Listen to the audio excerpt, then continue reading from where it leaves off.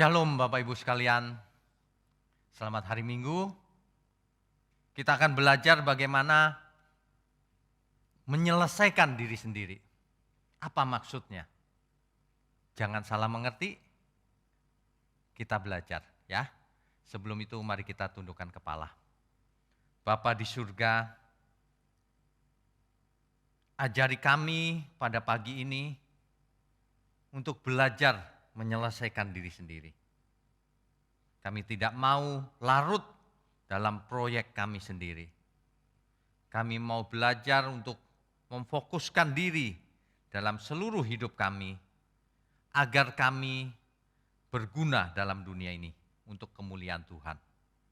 Agar kami seluruh hidup kami menyenangkan Tuhan. Terima kasih Tuhan. Ada banyak jiwa-jiwa yang tidak mengerti. Biarlah Engkau pakai firman-Mu di pagi ini untuk menyadarkan semua orang yang mendengarkannya.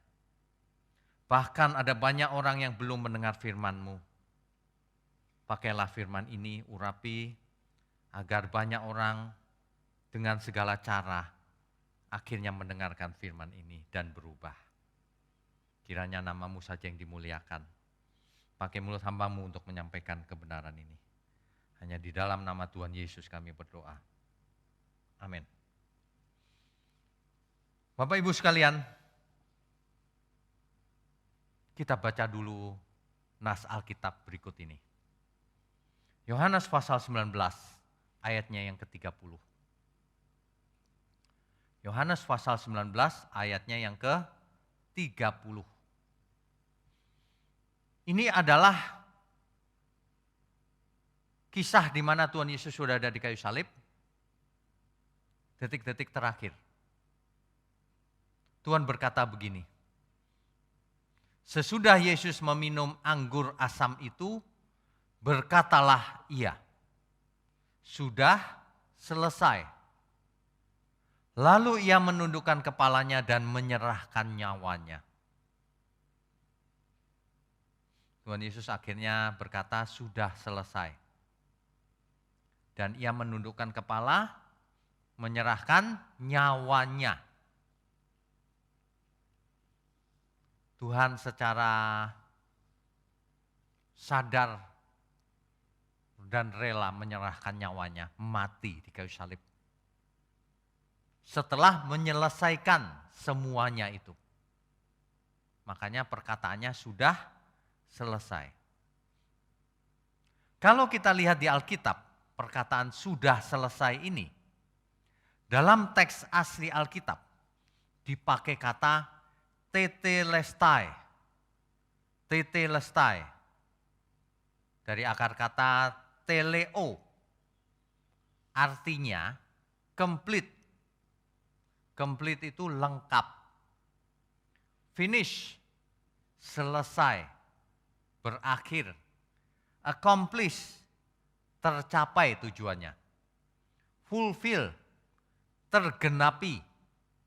To end. Mengakhiri. Ya. Jadi menyelesaikan dengan sempurna, mencapai tujuan akhir. Itulah perkataan Tuhan Yesus di kayu salib. Sudah selesai. Bukan selesai dalam arti negatif, waduh selesai nih, tamat. Bukan. Ini artinya sudah selesai di sini justru positif. Meskipun ia mati di kayu salib, tapi perkataannya sudah selesai. Inilah yang harus kita pelajari dengan lengkap. Sebelum kita mengerti bahwa kita pun harus sudah selesai. Dalam bahasa Ibrani, kata tetelestai ini dipakai kata sin lamet mem. Sin lamet mem. SH, L, dan M. Yaitu nislam. Nislam. Ya. Artinya telah selesai. Atau telah dilunasi. Telah lunas, kira-kira gitu Tuhan Yesus berkata. Ini luar biasa ya. Jadi Tuhan lunas membayar semuanya itu, membayar hutang, menyelesaikan, mendamaikan. Tuhan memberi shalom, sin lamet mem, menghasilkan kata shalom. Tuhan mendamaikan Bapa di surga dan manusia di bumi. Sebab kalau Tuhan tidak mendamaikan, maka kita semua tidak punya harapan. Kita semua pasti binasa dalam api kekal.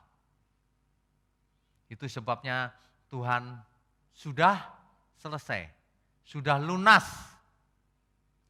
Itu teriakan kemenangan sebenarnya. Sudah menang, sudah lunas. Shalom. Itu. Ini luar biasa loh, tidak disadari oleh banyak orang. Ya.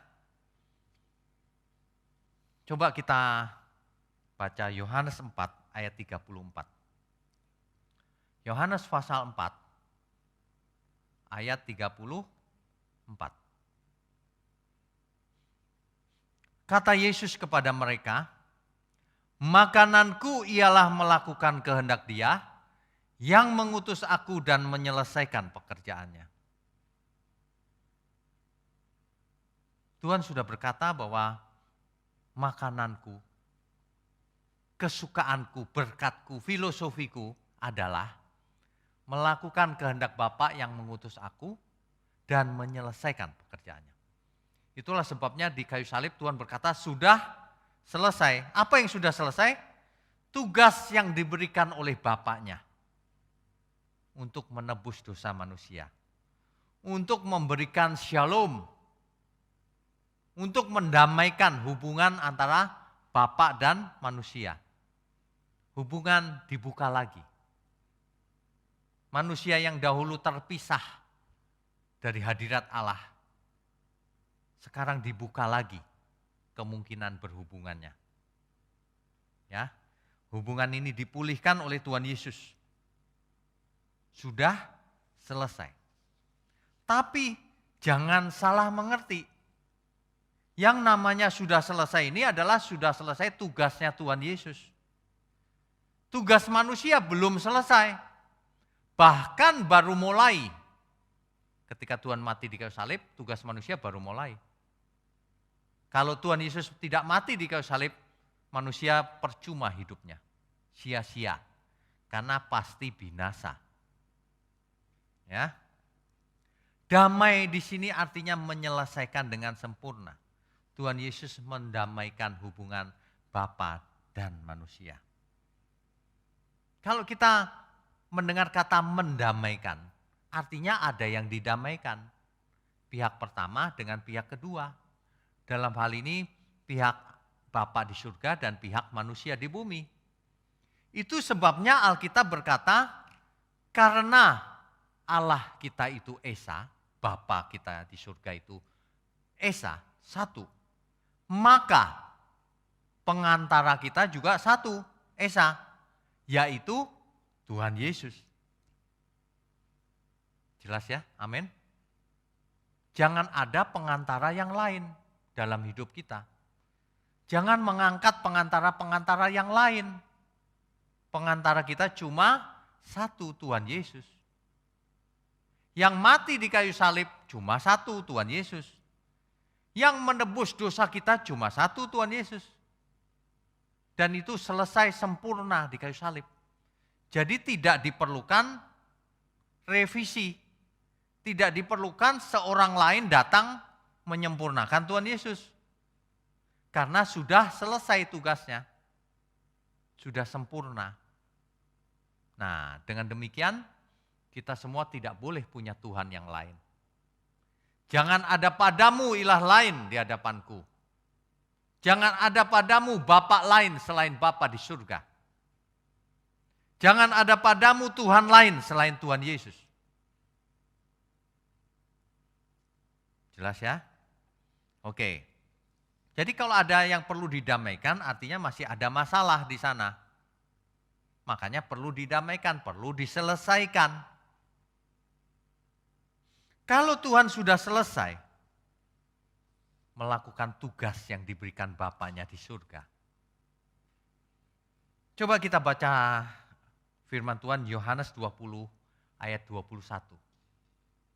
Yohanes pasal 20 ayat 21. Maka kata Yesus sekali lagi, damai sejahtera bagi kamu. Tuhan memberikan damai sejahtera bagi kita. Dosamu diampuni. Kesalahan kita diampuni, dimaafkan.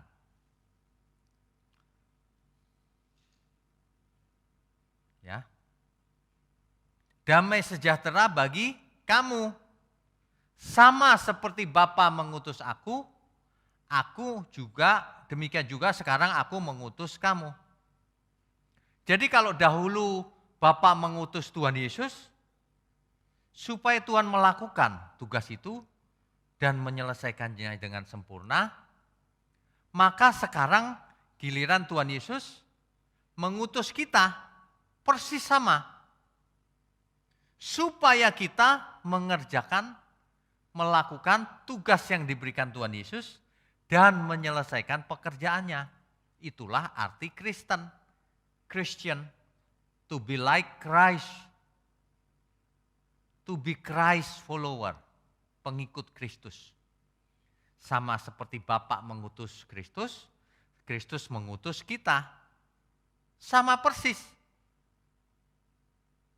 Inilah yang harus kita selesaikan. Kalau tugas Tuhan Yesus sudah selesai. Sekarang giliran kita, apakah kita sudah selesai tugas yang diberikan Tuhan Yesus? Banyak manusia dengan dirinya sendiri aja belum selesai. Apalagi menyelesaikan tugas yang diberikan oleh Tuhan Yesus. Dirinya sendiri aja masih banyak masalah. Masih berbeban berat. Masih banyak keinginan. Masih hidup dalam daging, kedagingan.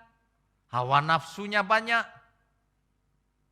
Masih hidup di dalam dosa. Dirinya sendiri aja belum didamaikan, belum diselesaikan. Bagaimana ia bisa menyelesaikan tugas yang diberikan oleh Tuhan Yesus? Itulah sebabnya banyak orang meskipun menjadi Kristen, tapi belum selesai dengan dirinya sendiri. Kodrat dosanya masih menyala-nyala. Belum selamat itu. Sebab selamat itu kalau manusianya bertobat dan berubah. Bukan masih kedagingan. Meskipun Tuhan Yesus mati di kayu salib, kalau manusia tidak berdosa, tidak bertobat maksud saya, maka ia tidak selamat. Artinya ia menolak anugerah kayu salib. Jangan salah mengerti. Ada banyak orang ketika menjadi Kristen sudah merasa puas dan merasa selamat. Ini menipu diri sendiri. Justru ketika kita menyatakan diri, aku mau Tuhan menjadi muridmu, menjadi pengikutmu. Aku percaya Tuhan. Maka kita langsung menerima tugas yang diberikan Tuhan pada kita. Seperti Bapa mengutus aku, kata Tuhan Yesus. Aku mengutus kamu. Tuhan Yesus mengutus kita semua. Supaya melakukan hal yang sama. Yaitu makananku ialah melakukan kehendak Tuhan Yesus, kehendak Bapa di surga yang diberikan kepadaku tugasnya, yang aku harus selesaikan selama aku masih hidup.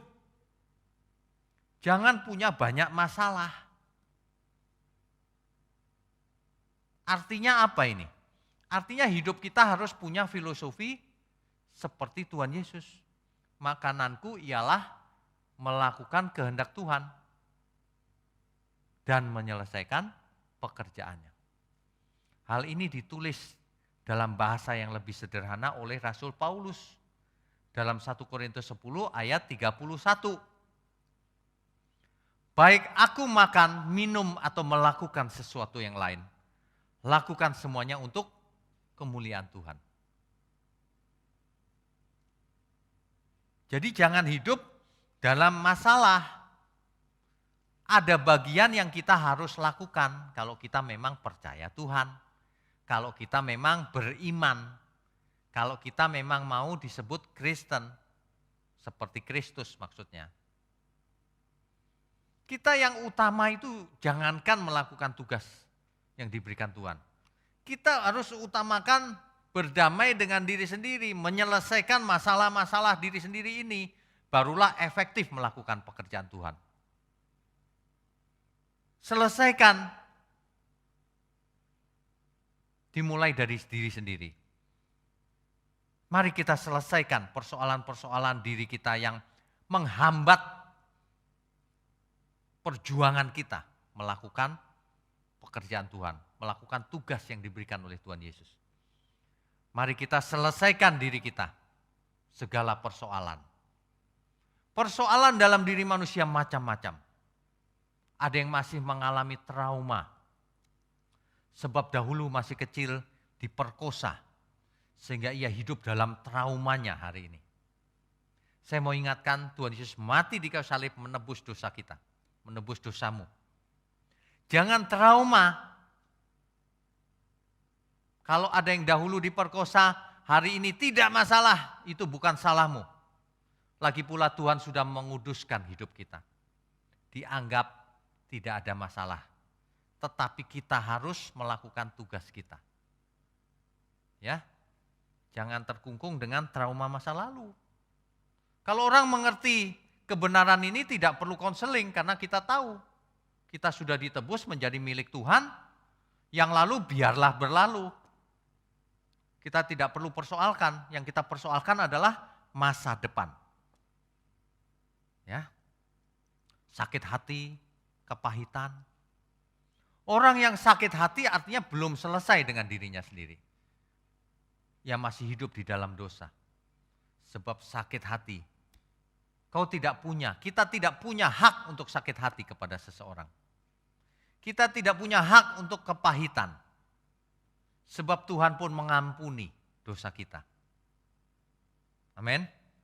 Mari kita bertobat dari kesalahan-kesalahan ini. Kesalahan yang lain adalah malas. Banyak manusia di bumi ini malas. Malas untuk berubah. Malas untuk belajar. Kalau seseorang malas, itu artinya dirinya itu tidak mau berubah. Artinya ada masalah dalam dirinya. Belum berdamai dengan dirinya, belum menyelesaikan persoalan dirinya, masih malas. Tuhan tidak inginkan seorang pun malas. Tegar tengkuk, sombong, pelit, banyak keinginan, tidak mau belajar. Ini persoalan-persoalan yang ada hubungan dengan diri sendiri. Mari kita selesaikan. Seseorang itu kebanyakan banyak keinginannya. Dari kecil sudah dipupuk keinginannya. Masih kecil ingin punya mainan banyak. Lebih besar sedikit pengen punya sepeda-sepedaan.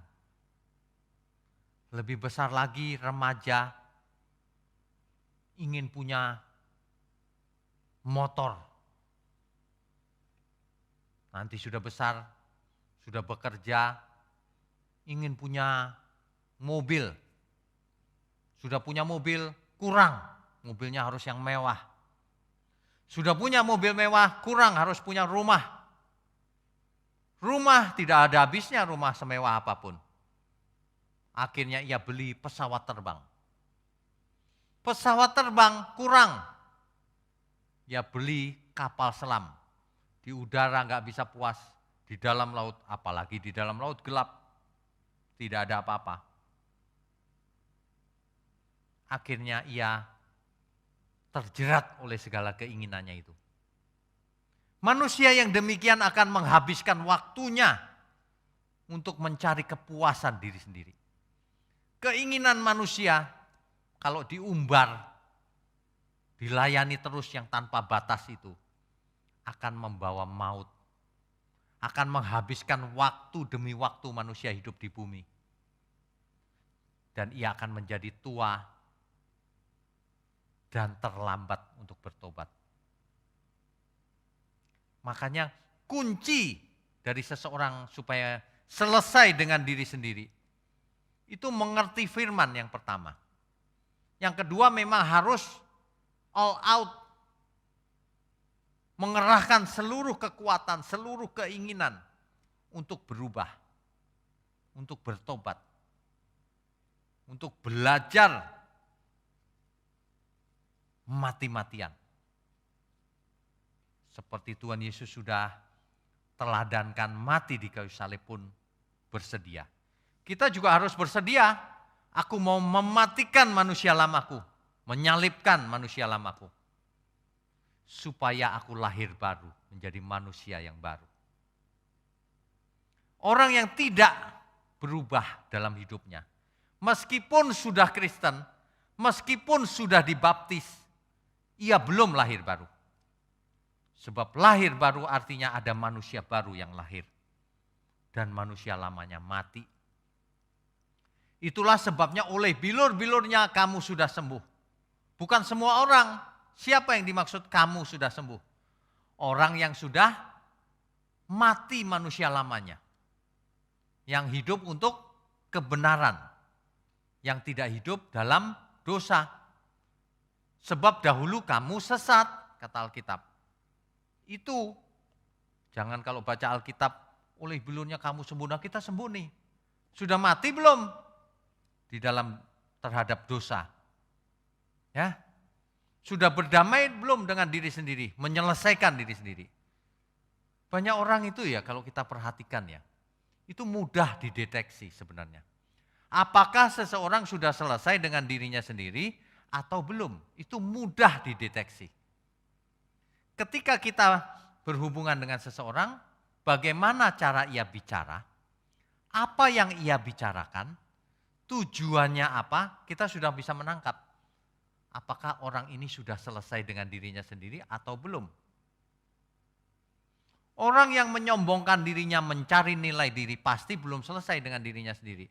Dan itu terlihat dari cara bicaranya. Ia mau menang sendiri, mau untung sendiri. Sombong, iri hati terhadap sesamanya. Senang kalau orang lain susah. Jahat perbuatannya. Kelihatan di internet menyerang sesamanya. Kenal aja tidak, menyerang. Itu betapa jahatnya orang-orang yang semacam itu. Kalau kita tidak kenal seseorang, masa kita serang dia? Oh, enggak kenal. Yang lebih jahat lagi, yang membuat narasi-narasi jahat tentang pribadi seseorang. Melontarkan fitnah lewat internet. Waduh, jahat sekali itu. Tuhan tidak mungkin berkenan dalam hidupnya, kecuali ia bertobat lagi. Bapak Ibu sekalian, coba kita bertobat selagi kita masih ada waktu. Ya. Pandemi ini makin hari makin konsentrasinya makin padat yang kena COVID. Saya tidak menakut-nakuti, memang faktanya demikian. Oleh sebab itu, ancaman di bumi ini kan banyak, bencana. Mari kita bertobat sebelum kita mati. Sebab kita tidak tahu juga kapan waktunya kita mati.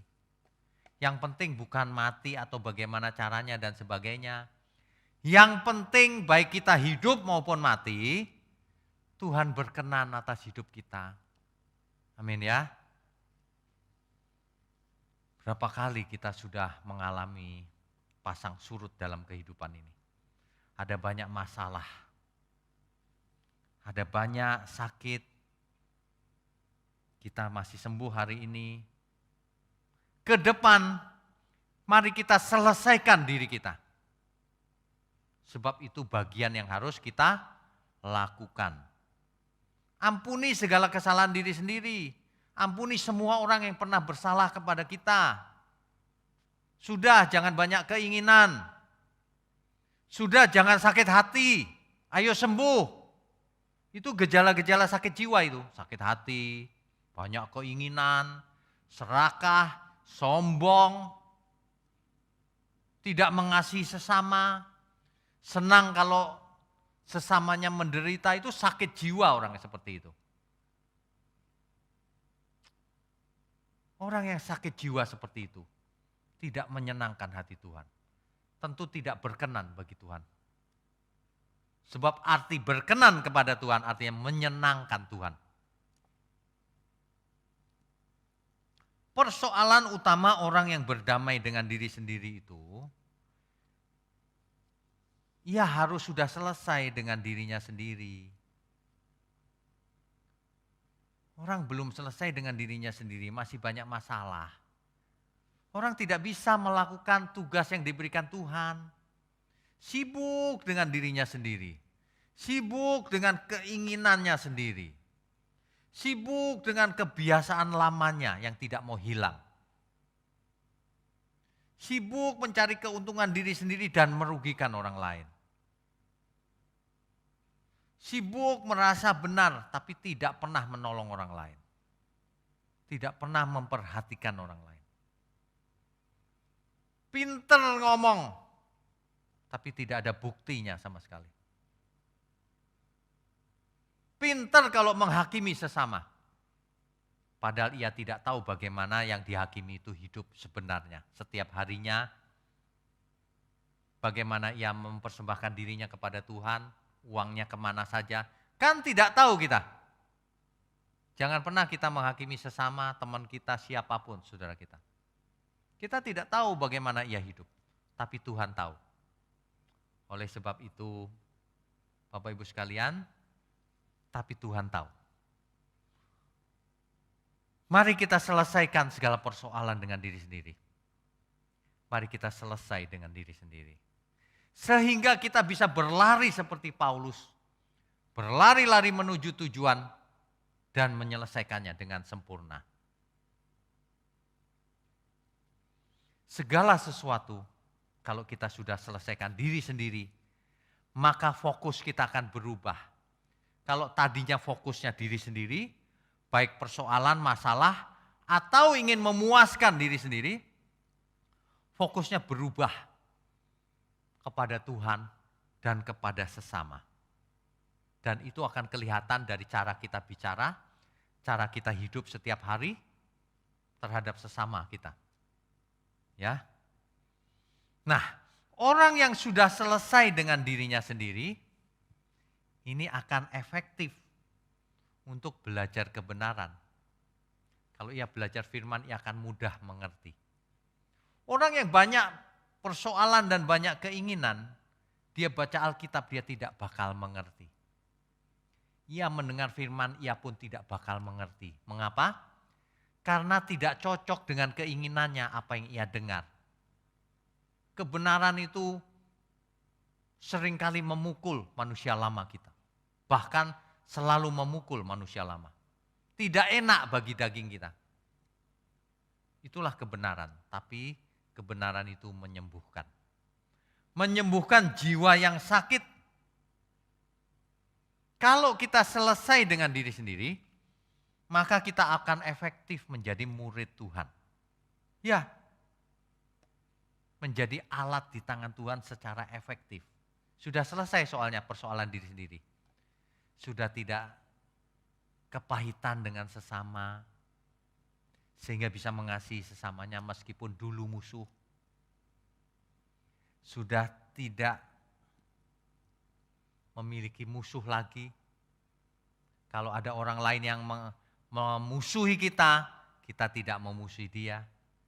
Nah, keadaan yang demikian sangat efektif menjadi murid Tuhan. Sangat efektif untuk hidup kudus. Fokusnya bisa memfokuskan diri pada proyek pekerjaan Tuhan. Kalau dulu proyeknya adalah diri sendiri, sekarang proyeknya adalah pekerjaan Tuhan. Bagaimana di sisa umur hidup kita ini, waktu kita, harta kita, keahlian kita, kita persembahkan bagi Tuhan. Mempersembahkan bagi Tuhan ini tidak sulit sebenarnya. Tapi menjadi sulit kalau orang belum selesai dengan dirinya sendiri. Coba belajar. Yang sudah punya banyak, coba beri orang lain, bagi-bagi. Coba, apakah itu sulit? Tidak ada yang sulit, mau atau tidak. Itu saja sebenarnya. Masalah itu ada dalam diri kita sendiri. Bukan pada setan atau pada orang lain. Diri sendiri, banyak keinginan, keras kepala, keras hati, tegar tengkuk. Diajari, ya tapi tidak mau melakukan. Itu sebabnya, makanya kita harus memarahi diri sendiri. Sebelum kita mati, kita berubah. Sebab kalau waktunya sudah terlambat, kita tidak punya kesempatan lagi bertobat, maka percuma meraung-raung seperti Esau. Sudah terlambat. Meraung-raung itu sekarang, mari kita meraung-raung mengatasi kelemahan-kelemahan kita, natur dosa kita, manusia lama kita. Berjuang habis-habisan. Supaya nanti di kekekalan kita tidak perlu meraung-raung lagi. Menangis mencucurkan air mata. Seperti Esau. Tapi berkat itu sudah tidak ada. Terlambat. Makanya Alkitab berkata jangan seperti Esau. Nafsunya rendah. Menganggap enteng hak kesulungan. Kita harus sudah selesai dengan diri sendiri. Kita diberi karunia sulung roh loh. Kalau kita tidak selesai dengan diri sendiri. Kita tidak efektif menggunakan karunia sulung roh kita. Kita tidak bisa menjadi seperti yang sulung, yang mengorbankan nyawanya untuk semua manusia. Kalau kita benar-benar mengaku orang percaya, beriman, seperti Kristus, maka kita pun harus mengorbankan diri bagi semua orang. Banyak jiwa. Mengorbankan diri. Banyak orang yang belum selesai dengan dirinya sendiri ketika mengalami masalah. Aku di pihak yang benar, Pak. Dia yang salah. Nah, sama. Belum selesai dengan dirinya sendiri. Orang yang sudah selesai, kita mengerti ketika orang lain menyerang kita, kita mengerti, oh dia masih sakit jiwa. Dia belum sembuh. Kita harus maklum. Dan kita juga tidak sakit hati. Justru kita harus mengusahakan bagaimana mengkomunikasikan kebenaran agar ia sadar bahwa ia masih sakit, ia masih berdosa, agar ia bertobat dan akhirnya mendapat keselamatan juga.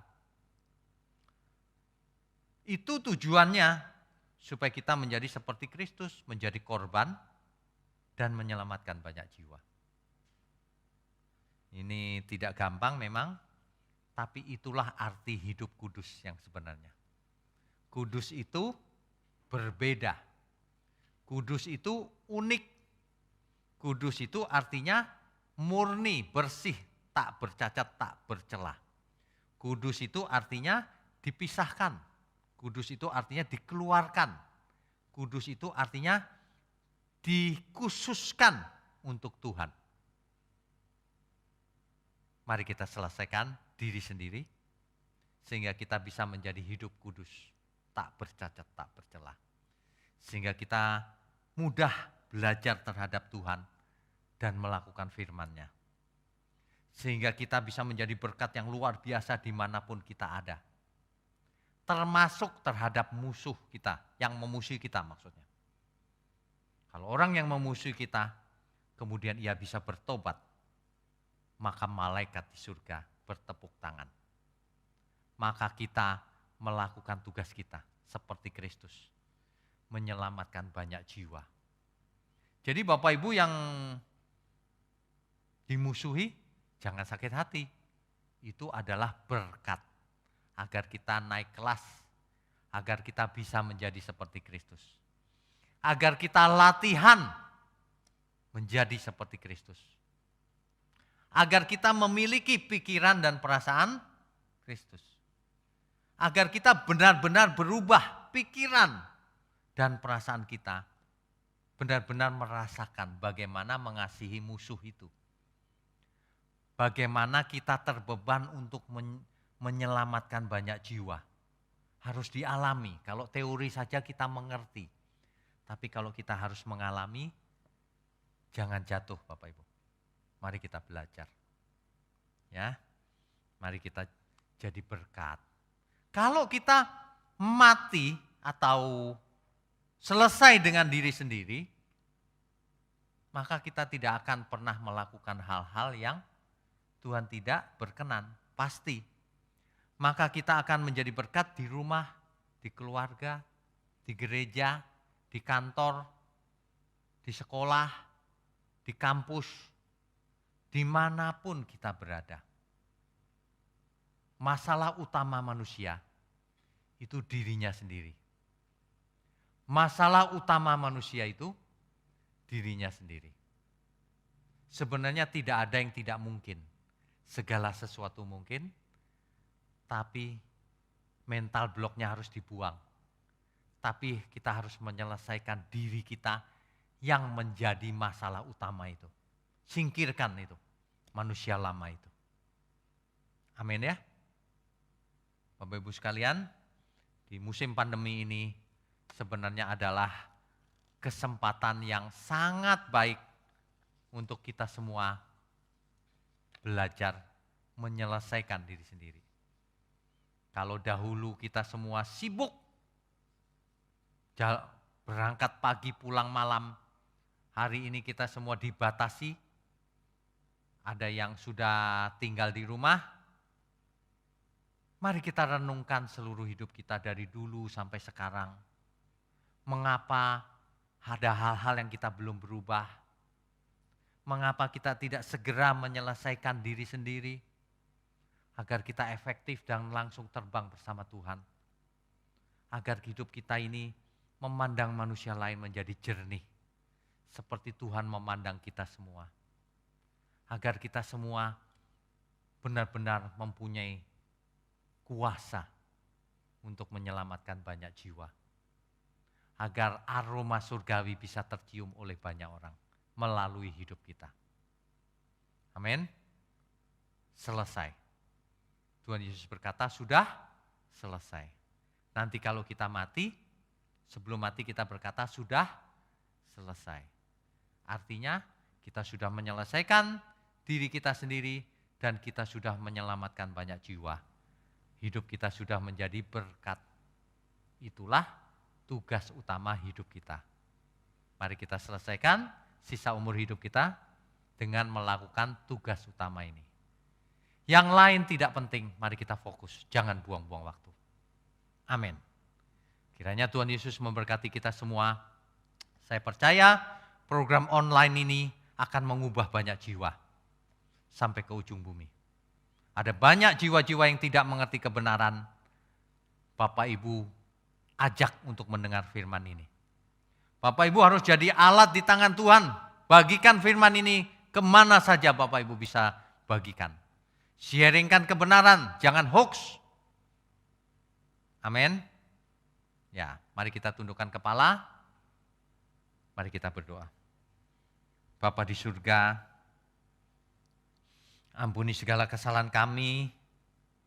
Ampuni kami kalau pada hari ini kami belum menyelesaikan diri kami sendiri. Tapi ke depan kami mau belajar secepat-cepatnya kami ingin menyelesaikan diri kami sendiri ya Tuhan. Ada banyak jiwa mau belajar. Kami mau dipakai oleh Tuhan.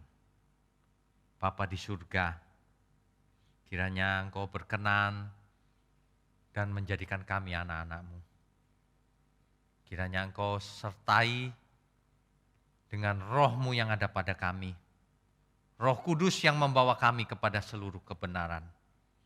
Roh Kudus yang memberi penghiburan dan kekuatan agar kami melakukan keselamatan kami dengan takut dan gentar dan efektif. Bapa di surga, secara khusus hamba ingin berdoa untuk anak-anak-Mu yang mendukung program ini. Kau berkati berlimpah-limpah sehingga mereka menjadi berkat. Baik bagi pekerjaan pekerjaan Tuhan di gerejamu maupun dimanapun mereka berada. Beri mereka kesehatan, umur panjang, juga kami semua anak-anakmu umat Tuhan dimanapun berada, sehat, umur panjang, belajar kebenaran, hidup tak bercacat, tak bercelah, untuk menyenangkan Tuhan. Amin Tuhan. Kami percaya berkat Tuhan turun atas kami semua di dalam nama Tuhan Yesus Kristus. Amin. Amin. Tuhan Yesus memberkati kita semua. Saudara sekalian, bicara soal kebenaran, setiap orang merasa benar. Makanya semua kecap dinomor satukan. Ada orang yang mengatakan saya paling benar, ini paling benar, itu paling benar. Mana sebenarnya yang paling benar? Oleh sebab itu, hadiri seminar 7 natur kebenaran dan aplikasinya. Seminar ini wajib dihadiri oleh para teolog, apologet, pengkhotbah, bahkan oleh para jemaat sendiri. Agar kita bisa membedakan manakah yang benar, manakah yang salah. Inilah alat uji kebenaran yang sangat objektif dan alkitabiah. Pastikan saudara ikut. Dan ajak seluruh saudara dan sahabat-sahabat. Bapak-bapak dan ibu-ibu yang terkasih dimanapun berada, yuk kita belajar pelajaran Alkitab bersama secara online. Setiap hari Rabu jam 7 malam bersama pendeta Bapak Wignio Tanto secara online, bisa melalui Zoom. Tetapi kita harus mendaftarkan dulu ke nomor berikut ini. Selamat bergabung dan Tuhan Yesus memberkati.